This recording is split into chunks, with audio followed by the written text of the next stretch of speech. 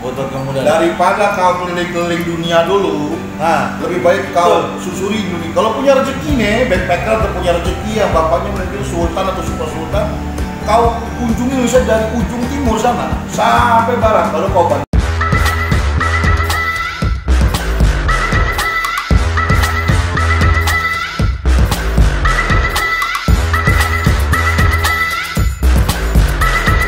Bismillahirrahmanirrahim. Assalamualaikum warahmatullahi wabarakatuh. Waalaikumsalam. Jumpa lagi di channel YouTube Sancuba TV. Untuk konten hari ini kita membicarakan tentang hari lahir Kota Jakarta ke 494 tahun. 494 ya. 494 Kota Jakarta, semoga selalu makin bahagia warganya. Sini kita sudah hadir sosok tokoh muda Betawi dari Cawang. Ya, Cawang. Tokoh muda Betawi dari Cawang. Babang Ais, panggilannya Babang Ais. Mungkin nanti ada sedikit sejarah tentang Kota Jakarta, khususnya Betawi, hadirnya Betawi seperti apa, ya. Awal mulanya hadir Betawi itu bagaimana ketika ada nama Betawi, dulu kan namanya Jakarta ya, Jakarta tahun berapa, mungkin singkat cerita dari Babang Ais nih, tokoh muda Betawi dari Cawang. Silakan Babang Ais. Ya, siap, terima kasih Bang Awal. Siap. Bang Awal ini walaupun dia tidak ada lagi di Jakarta, anak di Jakarta, dia orang Betawi juga Bang. Iya, saya bisa di Jakarta. Saya di Jakarta, walaupun aslinya Sulawesi Selatan ya. Sulawesi Selatan. Ya, itulah Indonesia. Indonesia. Bicara masalah Jakarta ini kan seosialnya kan 22 Juni 1597 itu kan ketika Pengadilan Kemerdekaan menaklukkan Portugis kan di Pelabuhan Sunda Kelapa. Itu jauh sebelum Belanda merapat di Jakarta itu. Terus setelah Jakarta Portugis itu mendominasi perdagangan rempah-rempah di Nusantara ini karena buah malak dan cengkeh itu yang katanya memiliki khasiat dan bagus untuk penyakit rempah sana. Dan akhirnya juga kemenangan Jakarta itu ya karena untuk monopoli Portugis pengen monopoli penguasaan jalur perdagangan seperti itu. Saya itu kan masih jalur laut, sekarang kan online nih, pesan dikit, jadi kita intermezzo aja ya, kita ngomongnya ngobrol sambil santai. Sanser, santai tapi serius. Kalau sersan serius sebentar, santainya kelamaan. Jadi sejarah Jakarta begitu. Kalau Betawi itu ada beberapa ahli mengatakan versinya itu suku-suku pribumi asli yang didiami Pelabuhan Sunda Kelapa itu membuat entitas lokal, budaya lokal. Ada Bugisnya, ada Melayunya, ada Sundanya, dan lain sebagainya. Inilah suku asli dari pribumi di Batavia. Tapi kalau versi lain lagi mengatakan ya, ada yang mengatakan Betawi itu adalah katanya anting yang jatuh. Jadi itu ada sedikit kurang masuk akal menurut saya. Anting bidadari katanya mandi jatuh jadi orang, itu kan ada sedikit. Tapi ada versi lagi masuk akal sebenarnya dari salah satu sejarah Betawi senior kita, Babe Dullah Saji mengatakan ini antara pernikahan antara saudagar Melayu Arab terkaya yang ke Jakarta yang menikah dengan putri saudagar. Ini saudagar dari Serdang kalau masalah ini Sumatera Timur ini datang ke Jakarta, ke Batavia, menyamar jadi budak, padahal dia pengerja dengan raja. Menikahlah dengan salah seorang putri peranakan Tionghoa. Yang tercantik saat itu di Batavia, saya nggak tahu cantik zaman dulu seperti apa ya. Menikahlah mereka, akhirnya jadilah itu suku Betawi. Kan? Tapi ada beberapa versi. Itu Betawi masa lalu. Begitu zaman VOC jadi sentral Batavia ini. Tapi kalau menurut komiknya Panji Koming, Sawung Kampret, Sawung Kampret itu Panji Koming punya sahabat namanya Naif orang Madura. Itu dia bilang, gua maunya karena jadi Betawi. Ada YP Kun, yang Peterson Kun yang katanya meninggal saat perang David Allen itu, pengennya nama Jakarta di New Horn. New Horn itu kampung halaman YP Kun di Belanda. Jadi dibikin kota baru, New Horn, Horn baru ya kan. Jadi emang banyak sungai-sungai. Nah, menurut dari hasil diskusi dengan beberapa sejarawan, termasuk dari DKI, mungkin bagi Saidi, orang Jakarta asli dulunya itu manusia Goa. Hidup di Goa, ketika Goa yang menghasilkan, mereka keluar dari Goa, jadilah pesisir. Maksudnya manusia Goa tinggal di Goa, dalam Goa dulu mereka. Goa mana nih? Di Jakarta itu banyak Goa yang sebenarnya yang ditimbun oleh bangunan-bangunan sejarah. Begitu ketika Goa sumber daya sudah tidak bisa mereka berdayakan lagi, mereka jadilah nelayan ke pesisir, jadilah petani ke daerah pedalaman, pegunungan. Tapi peta Jakarta itu sebenarnya itu kalau bicara masalah masa lalunya VOC itu atau Jatindo Simpul itu, dia hanya mentok di daerah pelabuhan Tanjung Priok sampai Sunda Kelapa.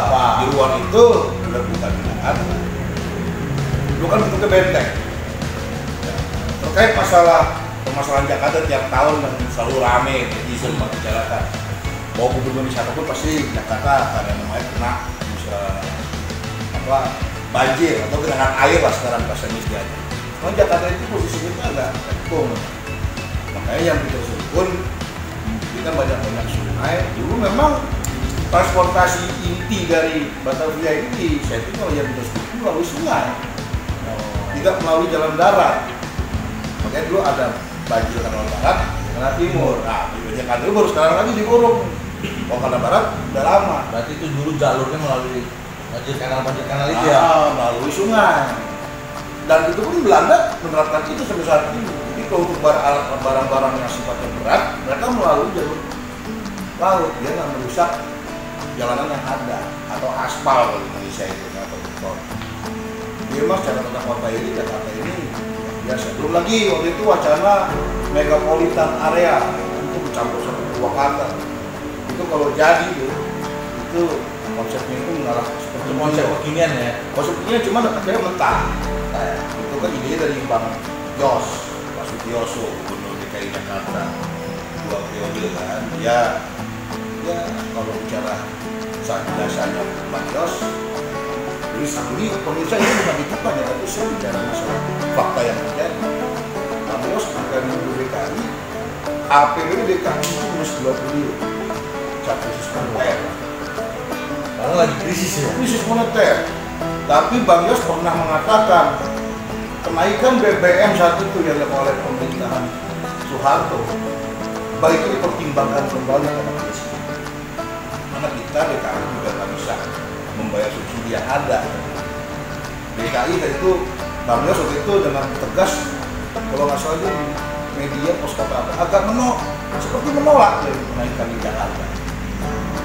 Dengan catatan ya karena kondisi di KPBD sedikit ya minus, tapi pas dia 2 triliun menjabat, terlepas kontrol ke siapapun dia, ya sekarang sebagai masalah dia bagus juga mungkin urusan dari almarhum Bang Ali Sadikin, karena blueprintnya mungkin sudah ada dan dulu Bang Ali Sadikin, daerah Bang Ali Sadikin ya. Iya sebenarnya sih, tapi kembali lagi pada dasar yang Betawi ini tadi perkawinan antara saudagar Arab dengan saudagar keturunan Arab dengan keturunan Tionghoa dari Sumatera. Nah, yang bapaknya ini ngomong katanya saya baca dari beberapa referensi ini dari Sedang.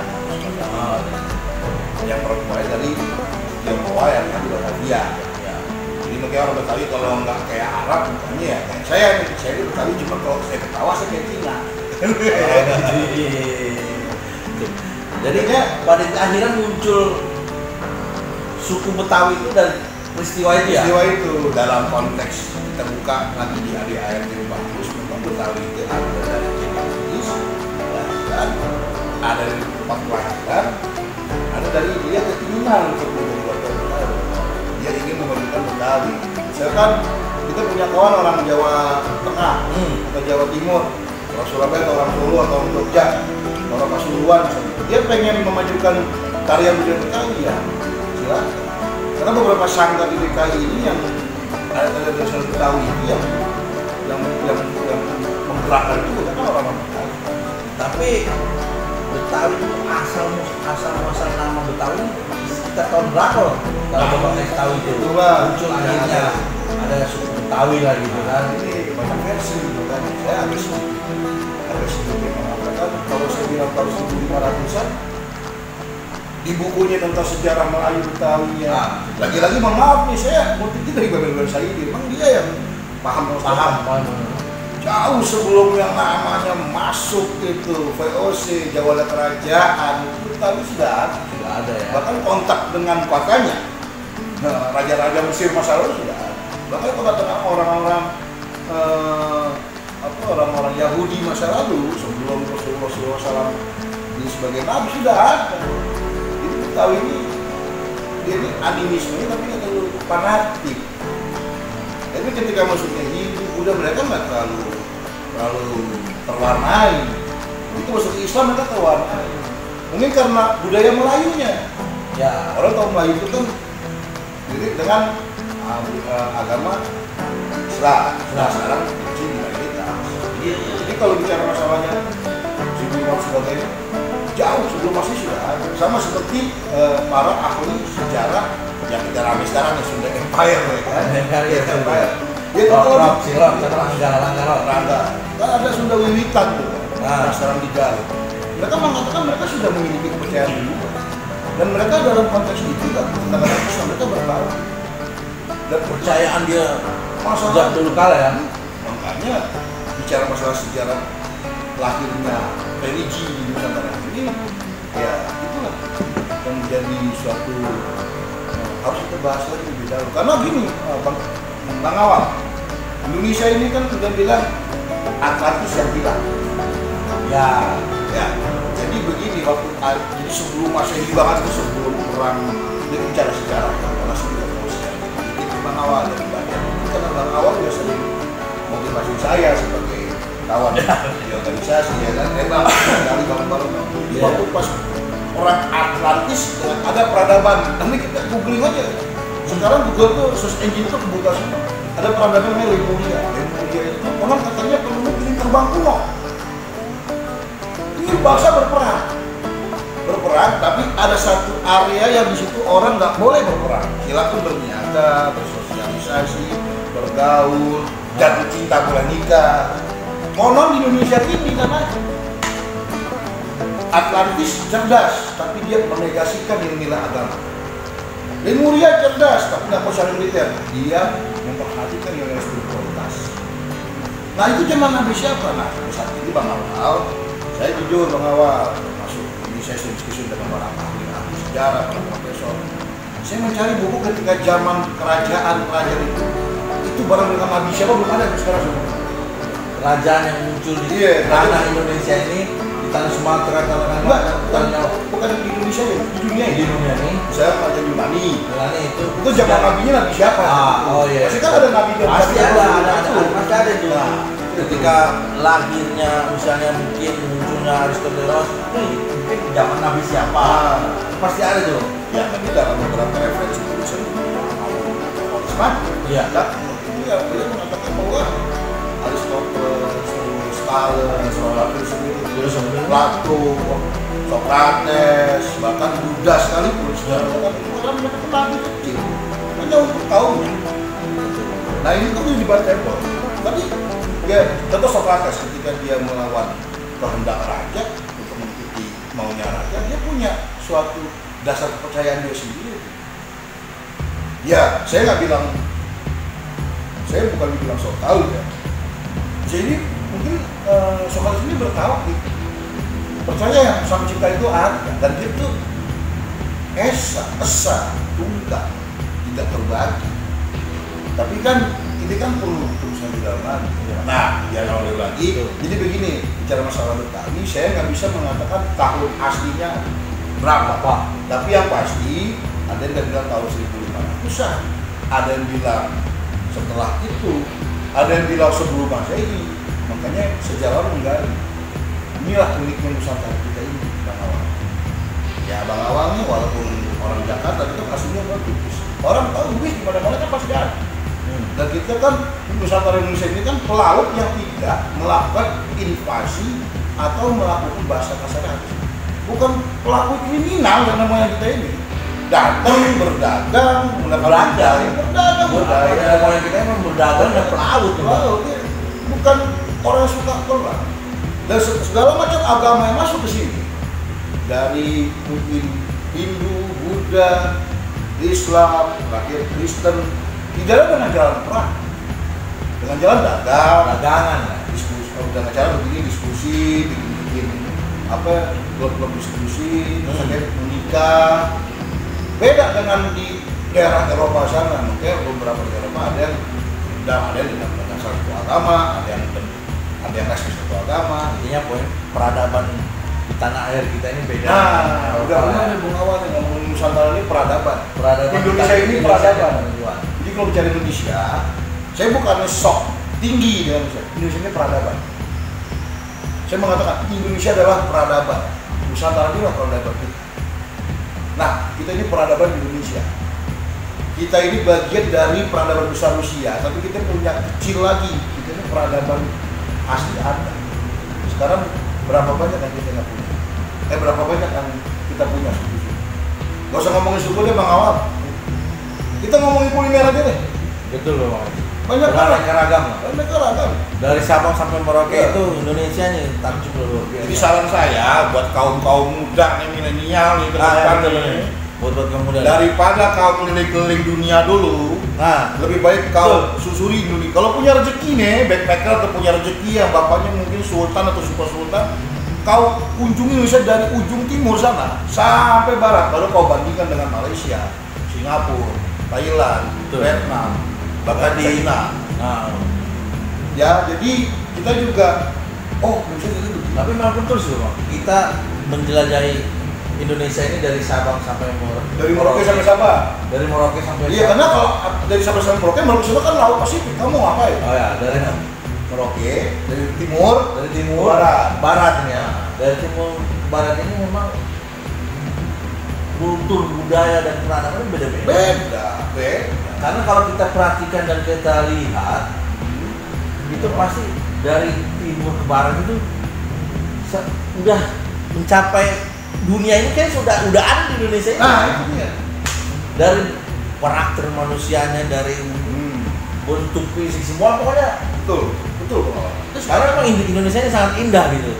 Makanya benar tadi yang dibilang sama Babang Ais ini, pada kaum yang pemuda-pemuda yang sering traveling, ya mungkin jelajahi Indonesia ini.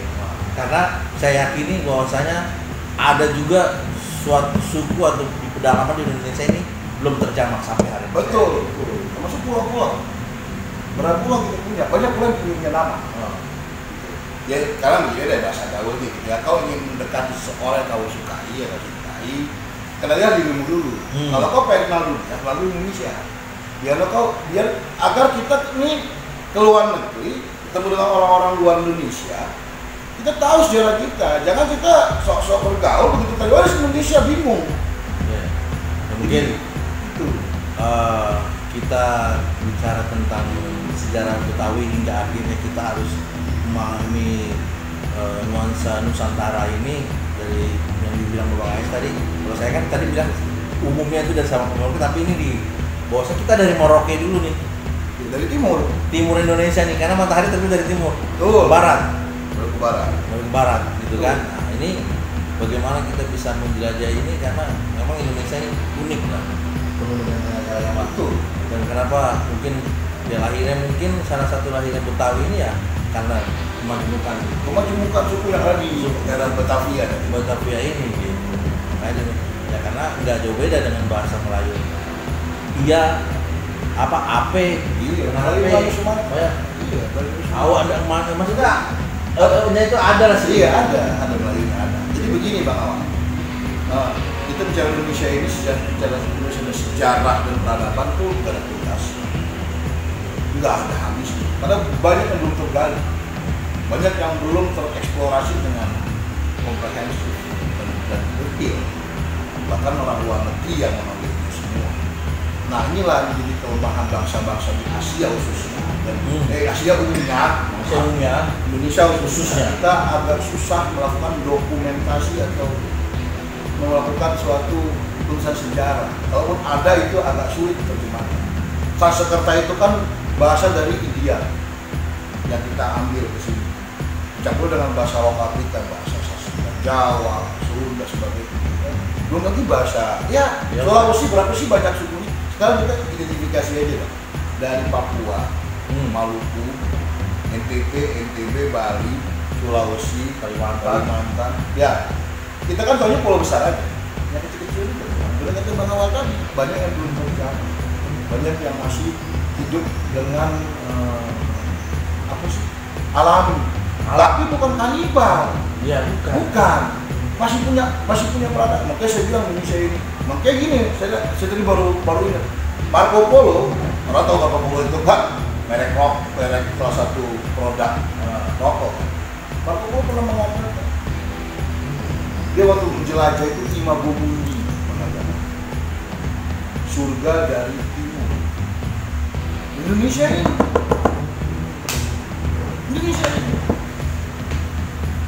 VOC bisa super power waktu itu yang namanya MNC, maksudnya multinational corporate terkuat dan terkaya.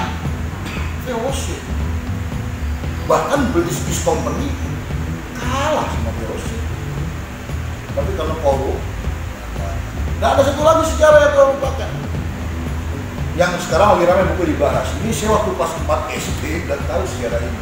Saya dulu punya keluarga yang orang Betawi, ini Betawi yang kakek saya dari almarhum bapak saya itu suka baca buku. Bilang, Riz, tahu nggak Indonesia itu pernah tukeran pulau? Apaan kek? Banter. Kelas 4 SD loh saya kaget. Bapak saya tahu itu, masih cuma diem aja.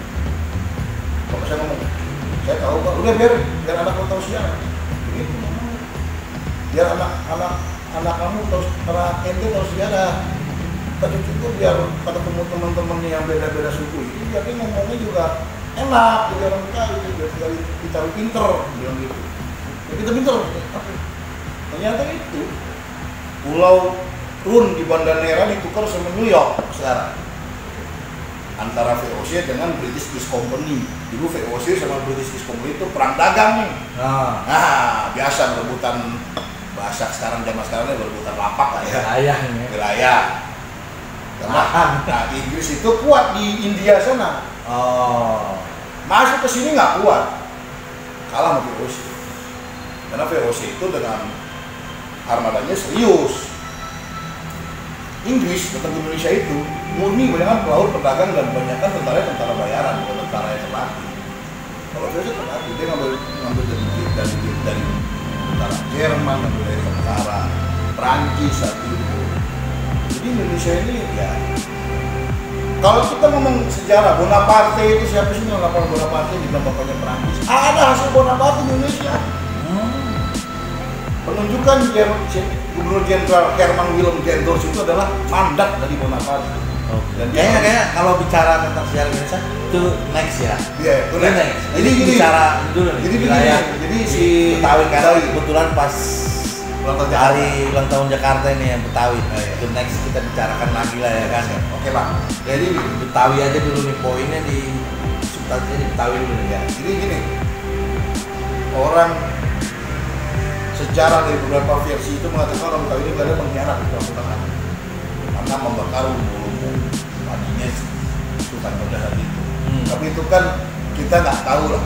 Jadi gini, Batavia ini ketika ada suku-suku asli Jakarta ini sudah sering terlibat yang namanya politik saling coba, saling fitnah, infiltrasi.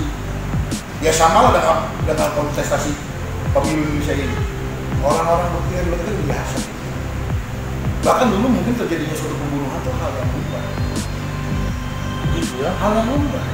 Ya karena memang waktu itu kan masih ada perbudakan. Iya. Tahun 1500-an kan, sebelum 1800-an perbudakan dihapuskan pas abad 18-19 awal. Perbudakan yang nyata-nyata, tapi sekarang kan penggunaannya ada lagi ya. Nanti lah next time kita bahas. Yang pasti begini, di 494 tahun DKI Jakarta, tahu ya, Jakarta sudah berubah. Sudah banyak berubah ya. Jakarta sudah banyak transformasi dari kota yang banyak hutan, jadi ya hutan dengan kondisi gedung-gedung Kan beton. ton, gedung yang luar biasa tinggi, mewah. Jadi kalau bicara itu, kenapa sih Bang Jakarta ibu kota Bu? Walaupun pernah sebut ke Jogja. Nah, ini kita diskusi lagi nih sama ahli statistik. Mereka tahu apa di Jakarta. Kan di peta. Jadi begini, untuk milenial juga sama nih, milenial yang sekarang punya fasilitas yang bagus. Kalau bicara masalah sejarah, sebenarnya apa yang kita omongkan ini sebenarnya semua itu ada di beberapa referensi. Tinggal klik search engine yang namanya Google itu ya, itu keluar semua. Tapi memang untuk pengembangannya memang sering diskusi dengan baca buku. Jadi bahasa saya nih, silakan sering piknik, tapi jangan kurang baca. Bahasa nongkrongannya nakal boleh lah, tapi tolong jangan. Nakal. Ya. Maksudnya nakal itu nakal yang positif. Tapi jangan bego juga lah ya kan. Iya. Jadi macam-macam. Makanya kita harus meningkatkan semangat literasi membaca. Itu juga kan kalau nggak baca buku ya, habis otak kita ini ya kan. Kalau kita Baca, diskusi, baca. aksinya dengan cara ya begini nih, nah, ke masyarakat. Jadi intinya kalau bicara Jakarta pas 425 tahun di tengah kondisi pandemi ini,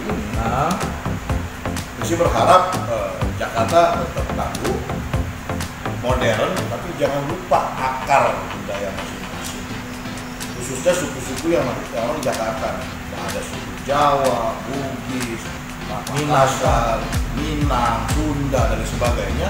Ya jangan luntur juga, harus tetap dipertahankan budaya. Nah ini yang sekarang kurang Jakarta ini budaya gotong-royongnya Gemenskap, bukan Geselkap. Ini pelajaran pelajaran sosiologi. Maksudnya dulu di buatan lokal itu PLKJ, pendidikan di bawah kota Jakarta. Nah di kurikulum sekarang ini pembelajaran budaya lokal nggak ada Bang Awan. Oh, nah, di Jawa Barat ada bahasa Sunda, di Jakarta bahasa Betawi nggak ada. Ada yang pelajari ya. Mungkin dinas pendidikan kota Jakarta, DKI Jakarta ya, mungkin tetap dikembangkan secara budaya Betawi ini tetap disisipkan, dimasukkan, jangan dihilangkan lah. Kita kan agar tahu walaupun di Jakarta ini mungkin tidak mayoritasnya bukan Betawi, tapi ini wilayah Betawi yang memang harus kita tuh jaga peradaban yang ada di sini gitu. Apapun itu jangan hilang. Walaupun hanya sekedar memperkenalkan tentang ondel-ondel atau sejarah seperti apa, banyak macam lah, ya harus tetap dimunculkan tokoh-tokoh Betawi dari zaman siapa aja namanya, Benyamin FK atau siapa lagi tuh. Ya udah sekarang nggak usah tokoh-tokoh deh, kulinernya udah dari Medina. Nah, orang mereka tahu kue dongkak. Sekarang akhirnya termasuk saya baru tahu kue dongkak kue asli tahu. Saya nyobain ternyata enak. Itu baru kuliner Pak, belum yang lain-lain. Maksud saya begini, silakan kita berpikir global, jadi berperilaku lokal, think global, act lokal. Mungkin global. Singkat ada pesan buat pemirsa semua yang untuk menyimak video ini tentang atau mungkin siapapun dia terkait pesan moral di hari ulang tahun Jakarta ini, ya Betawi lah ya kan. Nah ini bagaimana menurut khususnya pada kaum milenial? Ya jadi dari hasil diskusi kita yang mohon maaf sekali lagi agak sedikit ngalor ngidul atau sedikit jauh dari tema pembahasan, atau mungkin sebenarnya sih nggak jauh dari tema pembahasan, nggak melenceng, tapi itu membahas sejarah. Ini kan sejarah kan keterkaitannya ada. Saya nggak perlu jelaskan lagi sejarah itu dari kata apa. Silakan kalian semua itu di search engine ini, di handphone sekarang, smartphone ini. Ya. Kau bisa membuka semuanya. Dulu kan ada baca buku. Pesan saya adalah Jakarta semakin maju, semakin bahagia warganya, semakin teratur dalam berlalu lintas. Nah, ini bukan pesan sponsor nih Pak. Ini pesan dari warga Jakarta. Kesadaran. Dari Jakarta. Ya, terus jaga kota kita, jangan juga mengotori kota kita dengan tindakan-tindakan yang merugikan. Contohnya ya paling kecil aja deh, jangan buang sampah sembarangan. Kita ini, kita habis minum sesuatu minuman nih, jangan main lempar aja. Ini konsumsi dijaga. Karena maju di kota itu tergantung warganya. Kalau pas ada wacana pindah ibu kota, saya nggak usah bikin itu. Saya nggak mau bikin di sini. Yang penting tetap dijaga ini. Jakarta. Jakarta adalah milik seluruh rakyat Indonesia. Oke. Dan di situ orang-orang Betawi yang menjadi suku asli itu juga menjaga itu keberagaman yang ada. Betul. Jadi Jakarta itu kondisinya pertama modern, teratur, dan tapi jangan lupa religius. Menurut agama dan kepercayaan masing-masing. Ya, biar tidak ngomongin salah, tapi yang pasti kita jaga Jakarta dengan pemahaman kita yang positif dari segi manapun. Oke. Saya pikir begitu, Bang Awal ya. Ya. Kasih pas waktunya, nanti mungkin ke depan Next kita time. yang lain lagi. Sejarah sebagai termasuk mungkin dari zaman dulu bola sebagainya. Boleh sih, tapi nantilah jalan-jalan babak gugur. Tapi udahlah, intinya gitu ya. Jaga Jakarta, bahagia warganya, maju kotanya, beriman dan bertakwa penduduknya kepada Tuhan Yang Maha Esa. Terima kasih dari saya. Terima kasih. Assalamualaikum warahmatullahi wabarakatuh. Waalaikumsalam warahmatullahi wabarakatuh. Terima kasih Bang Ais, tokoh muda Betawi dari Cawang, atas waktunya. Mungkin ini menjadi pesan buat kita kaum muda semuanya, khususnya rakyat yang ada di Jakarta, masyarakat ibu kota. Ya, mungkin nanti kalau mungkin ada saran dan kritiknya silahkan tulis di kolom komentar. Sekian dari saya. Assalamualaikum warahmatullahi wabarakatuh. Waalaikumsalam.